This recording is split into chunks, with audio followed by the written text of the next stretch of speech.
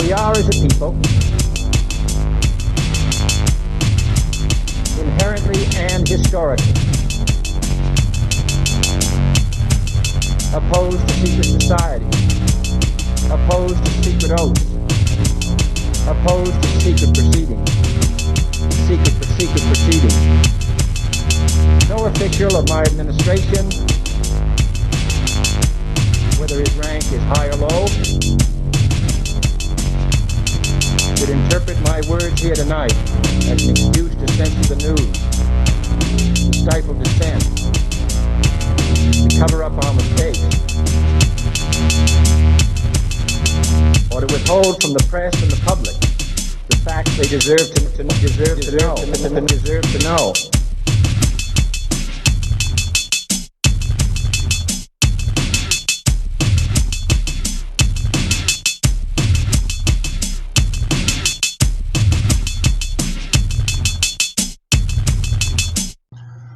Welcome to Conspiracy Corner Podcast, everyone. It is 5:45 a.m., Saturday, January 15th.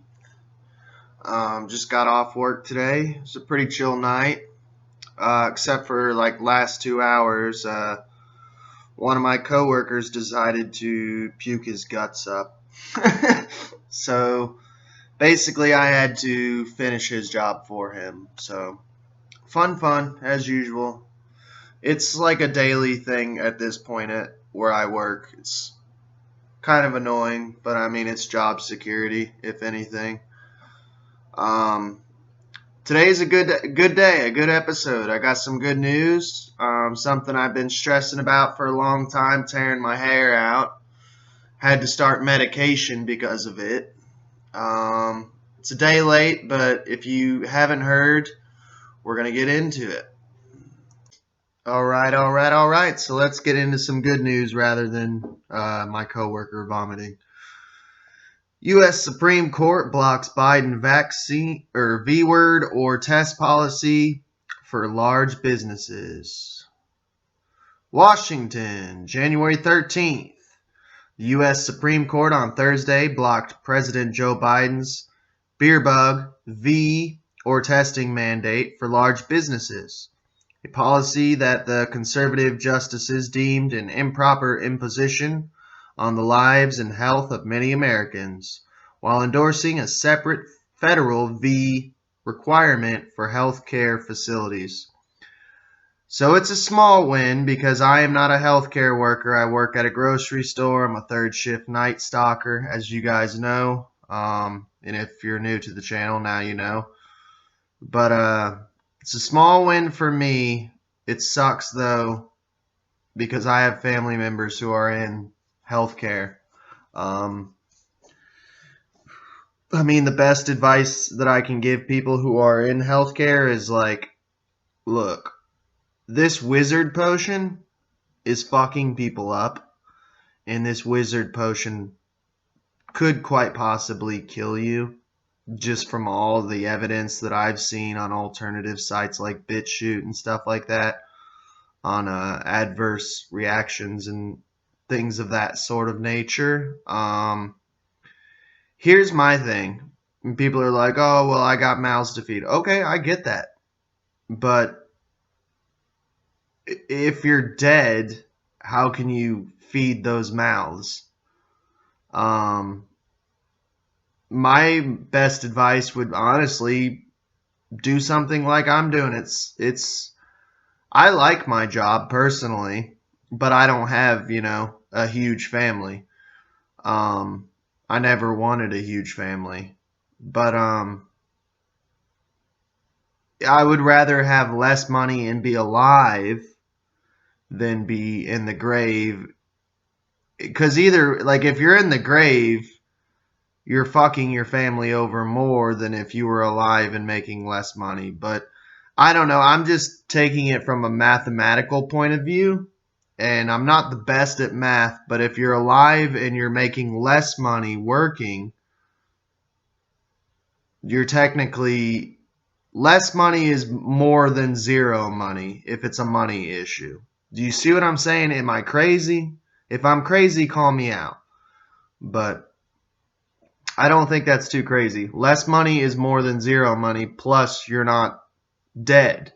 You know what I'm saying? Biden voiced disappointment. Aw, poor bye-bye. That's my little bye-bye. With the conservative majority court's decision to halt his administration's rule requiring V or weekly beer bug test for employees at businesses with at least 100 employees. Biden said it now is up to states and employers to decide whether to require workers, quote, to take the simple and effective step of getting V'd. Yeah, I'll quit my fucking job if they do that shit. I'll work at McDonald's. I don't care. And it sucks, but if I have to work at McDonald's and I lose my apartment, I'll just go back to couch surfing like I did before. Not a big deal. It sucks. I don't like doing that, but hey, 'tis what 'tis, or I'll get on an income-based apartment, you know? Live in the ghetto. Live in the ghetto. You know what I'm saying? Sorry, this site is slow and shitty. Let me pause this.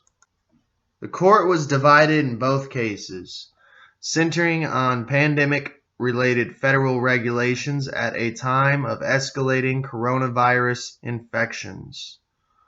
I swear to God if this keeps popping up. Alright, sorry about that. Driven by the moronic variant in a nation that leads the world with more than 845,000 beer bug deaths. It ruled 6-3 with the 6 conservative justices in the majority and 3 liberal justices dissenting and blocking the rule involving large businesses, a policy that applied to more than 80 million employees. The court's majority downplayed the risk of beer bug. Of course, they did not. Specifically poses in the workplace, comparing it instead to day-to-day crime and pollution hazards that individuals face everywhere. The vote was 5-4 to allow the healthcare worker rule. See, for some reason I heard 6-3, but I guess it's 5-4. Which requires V's for healthcare facilities, including hospitals and nursing homes, that accept money from the Medicare and Medicaid government health insurance programs for the elderly, disabled, and low-income Americans. 2 conservatives, Chief Justice John Roberts and Justice Brett Kavanaugh, joined the liberals in the majority in that case. In a statement, Biden said the court's decisions allowing the healthcare worker mandate will save lives, and his administration will enforce it. Workers must be V'd by the end of February. The court heard arguments last Friday in the legal fight over temporary mandates issued in November by 2 federal agencies aimed at increasing U.S. V rates and making workplaces and healthcare settings safer. The cases tested presidential powers to address a swelling public health crisis. In an unsigned ruling, the court said the rule affecting large businesses, issued by the Occupational Safety and Health Administration, OSHA, which is what the company that I work for is under, was not an ordinary use of federal power. Quote, it is instead a significant encroachment on the lives and health of a vast number of employees, the court said. Permitting OSHA to regulate the hazards of daily life simply because most Americans have jobs and face those same risks while on the clock would significantly expand OSHA's regulatory authority without clear congressional authorization, the court added. Challengers led by the state of Ohio and the National Federation of Independent Businesses, NFIB, which represents employers, asked the justice to block OSHA's rule after a lower court lifted an injunction against it. Companies were supposed to start showing they were in compliance starting this past Monday. But we didn't. In dissent, Justice Stephen Breyer wrote on behalf of the liberal justices that the decision, quote, stymies the federal government's ability to counter the unparalleled threat that beer bug poses to our nation's workers. Quote unquote, welcome relief. Today's decision is welcome relief for America's small businesses who are still trying to get their business back on track since the beginning of the pandemic, says Karen Harned, Executive Director of NFIB Legal Arm. The High Court, December 17th decision by the Stop, dude, this site sucks. By the Cincinnati-based 6th U.S. Circuit Court of Appeals that had allowed the mandate to go into effect. In the healthcare facilities case, the court's different comprised majority concluded that the regulation, quote-unquote, fits neatly within the power Congress conferred on the government to impose conditions on Medicaid and Medicare funds, which include policies that protect health and safety. After all, quote, after all, ensuring the providers take steps to avoid transmitting a dangerous V to their patients is consistent with the fundamental principle of the medical profession. First, do no harm, the court said.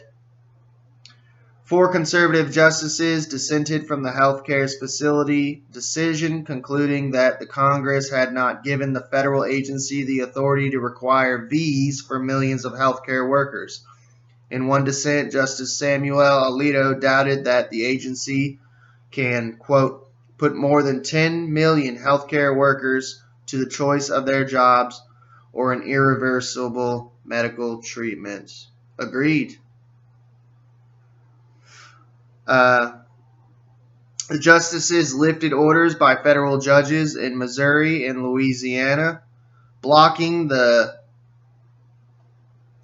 policy in 24 states, allowing the administration to enforce it nearly nationwide. Enforcement was blocked in Texas by a lower court in a separate litigation, not an issue before the Supreme Court. Gerald Harmon, president of the American Medical Association Physicians Group, said that although he is pleased the court allowed the healthcare worker mandate, the broader workplace rule is also needed. Workplace transmission has been a major factor in the spread of the beer bug, Harmon added. Now more than ever, workers in all settings across the country need common sense, evidence-based protections against the beer bug infection, hospitalization, and death. So there you have it, guys. I get to keep my job. It's awesome. Sorry about the little flaws here and there, but the article I was reading, the site sucked. But yeah, we'll get on to some more news.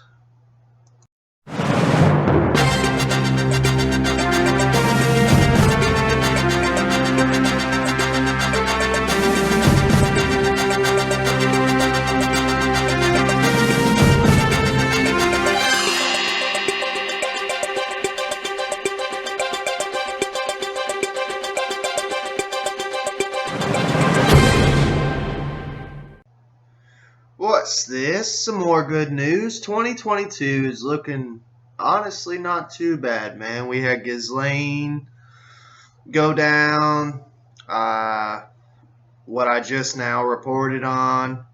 And now we got this. Prince Andrew is stripped of military titles and charities amid sex abuse lawsuit. Britain's Prince Andrew has been stripped of his military titles and charities, Buckingham Palace announced on Thursday, a day after a judge ruled a sexual abuse civil lawsuit against the Queen's son could proceed. And by the way, over there, you are guilty until proven innocent, unlike America. So, yeah. But he is the prince. But you know his mama's pissed, the queen. And not pissed because, he did what he did. She's pissed because he got caught. Andrew will also no longer use the style, quote unquote, His Royal Highness, in any official capacity, a royal source told CNN on Thursday. The source said the decision was widely discussed among the royal family. With the Queen's approval and agreement, the Duke of York's military affiliations and royal patronages have been returned to the Queen. The Duke of York will continue not to undertake any public duties and is defending this case as a private citizen. So he's been demoted, the palace said in a statement. The royal source also told CNN that, quote, all of the Duke's roles have been handled. And by the way, I'm not reading from CNN, so I don't know why they keep fucking mentioning CNN. All of the Duke's roles have been handed back to the Queen with immediate effect for redistribution to other members of the royal family. For clarity, they will not return to the Duke of York. On Wednesday, a New York judge ruled against a motion by Andrew's legal team to dismiss a civil lawsuit brought against him by Virginia Giuffre. I knew it. Hey, I actually doubted that anything would happen after Ghislaine, but apparently it's opened a can of worms. Nice. Who alleges that she was trafficked by disgraced financier Jeffrey Epstein and forced to perform sexual acts with the prince at the age of 17. Oh, Andy. Andrew has vigorously denied those claims. The allegations against Andrew, along with his relationship with the late convicted sex offender Epstein, had already tarnished the prince's reputation. But the prospect of a public trial that would attract global attention could put Andrew, the third child and reportedly the favorite son of Queen Elizabeth II, in an unprecedented situation for a senior British royal. Andrew had, in 2019, stepped away from his public duties as a result of allegations and the backlash over his initial response. Aside from the days following the death of his father, Prince Philip, oh, poor baby, in early 2021, he has rarely appeared in public since. He was even absent from publicly released photographs of his elder daughter Beatrice's wedding in 2020. Scandal has wider implications for the royal family, which was simultaneously forced to weather criticism over Andrew's case and claims of racism from Prince Harry and Meghan, Duchess of Sussex, over the past year. Blah, blah, blah. Who cares about that? That is a distraction. That is a distraction. But here's the case against Andrew. Giuffre, and I do believe I'm pronouncing that right, Giuffre, perhaps. Giuffre brought her case against Andrew under New York's Child Victims Act, a state law enacted in 2019 which expanded the statute of limitations in child sex abuse cases to give survivors more opportunities to seek justice. An attorney for Giuffre told CNN in August that filing the civil case was to show, quote, all perpetrators of abuse should be held accountable, unquote. Giuffre says she was trafficked by Epstein and forced to have sex with his friends, including the prince, at a time when she was underage, 17 years old. In the U.S., she said the assaults happened in London, New York, and the U.S. Virgin Islands, that Andrew was aware she was a minor at the time, and that she had been trafficked by Epstein.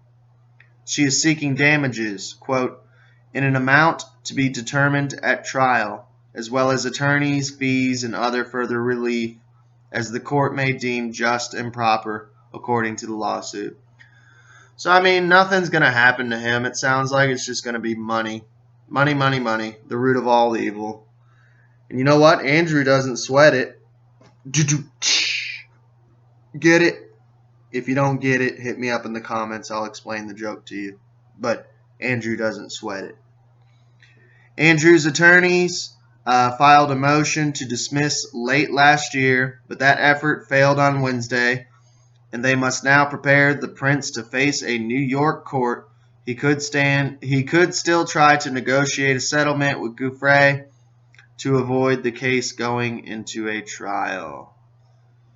So I don't know. We'll see what happens with that. I just heard that he had been stripped from his military titles, so that was good news for me. Here's a little clip they have. It's only 46 seconds, so if you want to hear it, here you go. Go ahead. A Manhattan judge rejected Prince Andrew's bid to dismiss a lawsuit accusing him of sexually abusing a 17-year-old girl nearly 20 years ago. Reuters reports Judge Lewis Kaplan said Virginia Giuffre could pursue her civil claims against the Duke of York. As Hello explains, Kaplan dismissed the case after Prince Andrew's lawyers argued the accuser's civil lawsuit should be dropped based on a previous $500,000 settlement with convicted sex offender Jeffrey Epstein in 2009. Now 38-year-old Giuffre claims she was trafficked by Jeffrey Epstein to have sex with the Duke of York when she was 17. The judge did not address the merits of Giuffre's claims. Prince Andrew has denied her accusations. There you have it. We'll get on with some more news.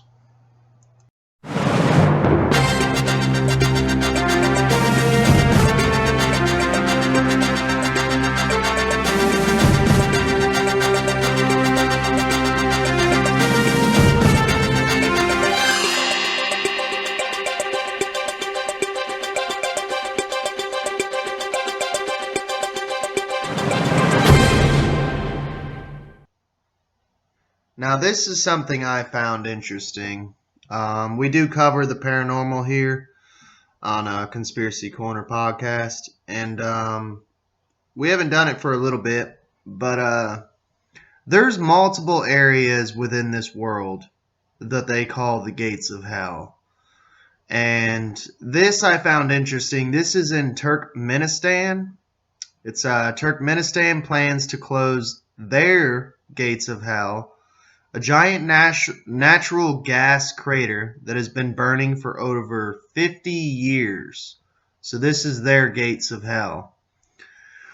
According to an AP news release, Turkmenistan's president, Gurbanguly, I am not trying to pronounce that last name. Well, actually, let me give it a go. Gurbanguly is the first name. Berdimuhamedow appeared on state television telling officials to put out the flames at the gates of hell, a giant natural gas crater in the middle of Karakum Desert, about 260 kilometers, which would be 160 miles north of Ashgabat, the capital of Turkmenistan. The crater was created in 1971 during a Soviet drilling accident that hit a gas cavern, causing the drilling rig to fall in and the earth to collapse underneath it. The Soviets decided to burn off the gas by setting it on fire to prevent the dangerous fumes from spreading. Unfortunately, tapping into a vast natural reservoir of flammable methane gas, the pit has been burning since then, ever growing in size over time. The now 70 meters, which is 229 feet wide, and 20 meters, which is 60 feet deep. The crater is a popular tourist attraction, especially at nighttime, officially named the Shining of Karakum.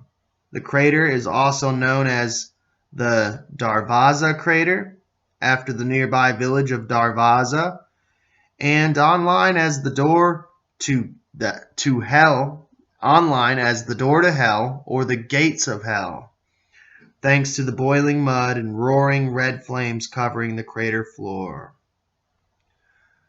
Turkmenistan possesses the world's fourth largest reserves of natural gas in its underground, intending to significantly increase its export of gas to many countries as Pakistan, China, India, Iran, Russia, and also Western Europe by 2030. That date. Agenda 2030. Previous attempts by the Soviets to put the flames inside the crater out have been unsuccessful. In 2010, this is that guy's name again, Berdimuhamedow ordered local experts to find a way to put out the fire, eventually by closing the hole, but later dropped this plan. So what do you guys think, man? I don't know. Honestly, if I was a millionaire, this is one of my ideas, is that if I was a millionaire, I always wanted to visit all these different places of, like, quote unquote gates of hell that are on Earth. I would definitely have like a private jet like Jeffrey Epstein, but not like Jeffrey Epstein, like not doing weird shit on board of it, but actually just doing like little tours. Like there's one that's in the US. It's like a restaurant built over a supposed like bottomless pit. A gate to hell is what they say, is one of them that I've heard. And then I've heard tunnels that go to hell, like gates of hell. Like, I don't know. I just think it would be cool to visit each one if I had like millions of dollars, but that's just me. I like doing weird shit. But I thought you guys would find that interesting. We are, as a people, inherently and historically opposed to secret society, opposed to secret oaths, opposed to secret proceedings, secret proceedings. No official of my administration, whether his rank is high or low, should interpret my words here tonight as an excuse to censor the news, to stifle dissent, to cover up our mistakes, or to withhold from the press and the public the facts they deserve to know.